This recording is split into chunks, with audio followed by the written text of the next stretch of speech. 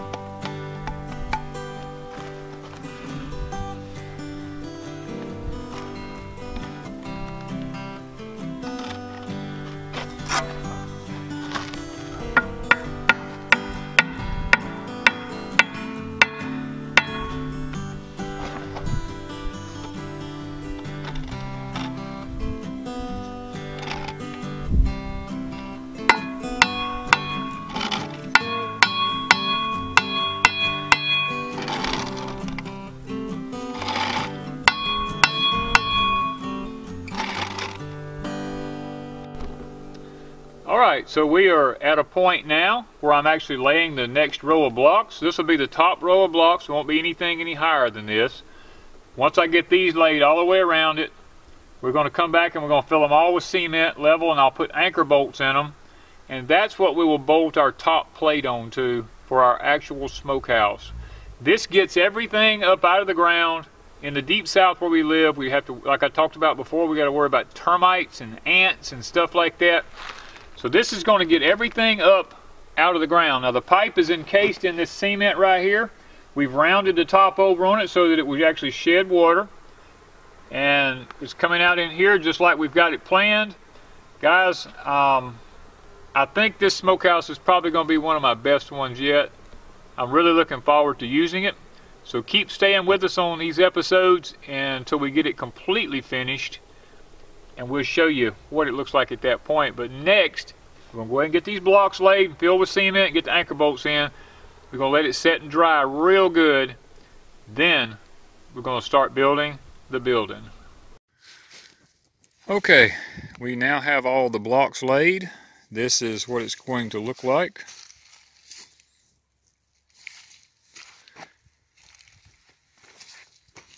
What we have to do now at this point is come back and fill all the concrete blocks full of cement, and we're going to put our anchor bolts in. We'll be ready for the top plate on the smokehouse. Okay, we've now put the concrete in all of our blocks. Got them all filled full. We're going to come back and kind of smooth that out with just some plain mortar, because the ready mix kind of has little rocks all in it.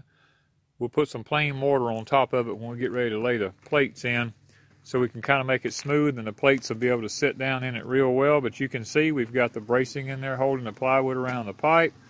And we used a piece of a 2x4 block here so that when we put the anchor bolts in, we'd know where to put them and we'd know the height to put them at. So we used this block around on it everywhere that we went. Guys, this is where we're at on it. Trying to get you a view from all angles.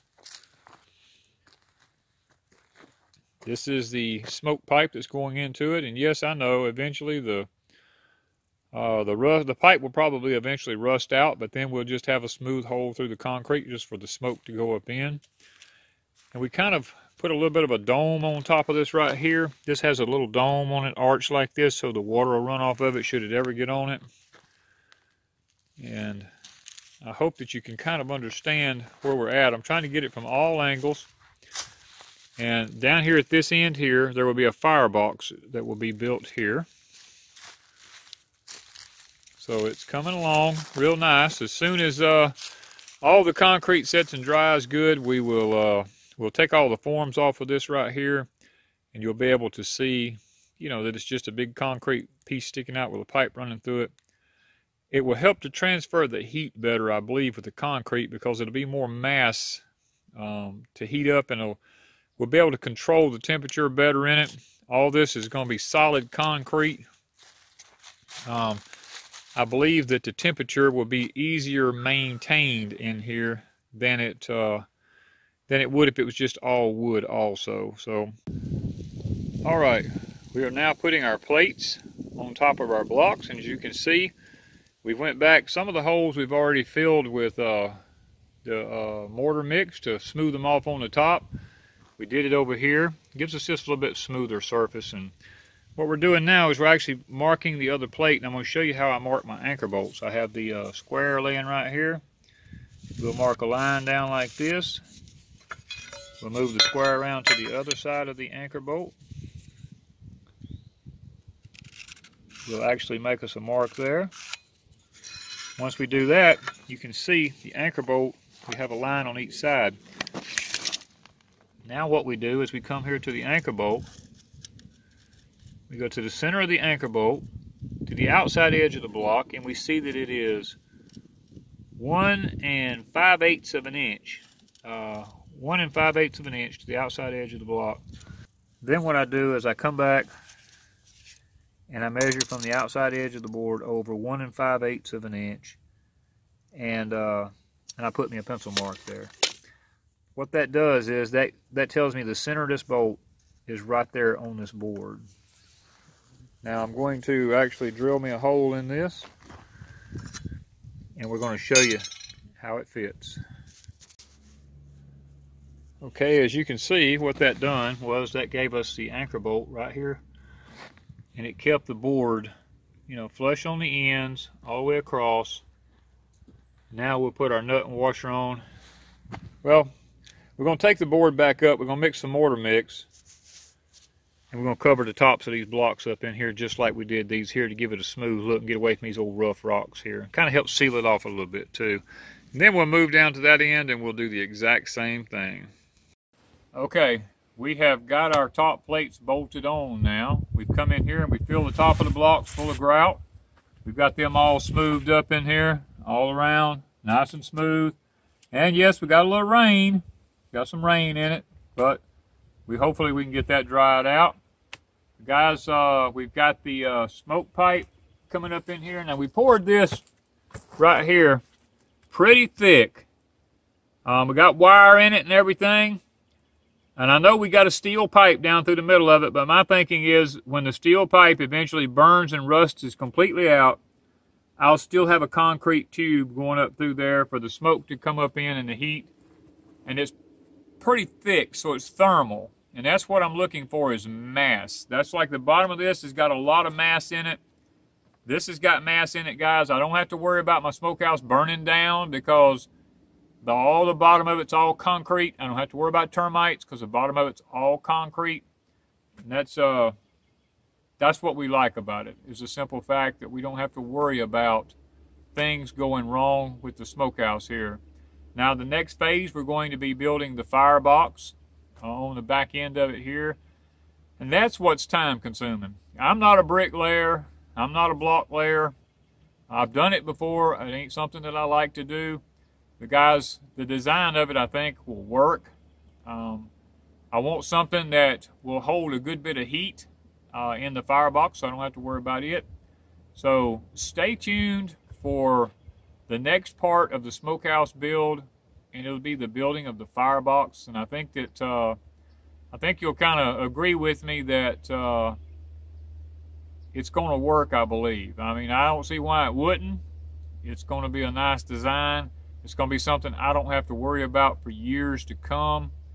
And we, guys, in 5 days, we have below freezing temps coming.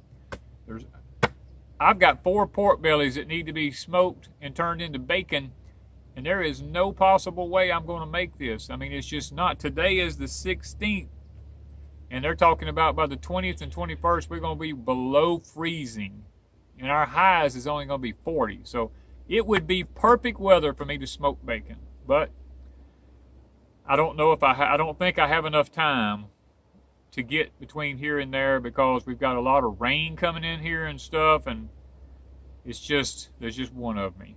I want to take you around, since I've been working on the smokehouse here, and this is totally unrelated, but I want to take you around and show you something other that's kind of a phenomenon to me for this time of the year. Now remember, this is January the 16th. Guys, this is right beside my smokehouse here. This is a huckleberry tree. And I want you to look at this. This thing is completely blooming out. It has blooms on it. Look right here. That's blooms. We've got below freezing temps coming in about 4 or 5 days. And another year, I'm hoping that we don't lose all of this. But guys, this is our huckleberry crop.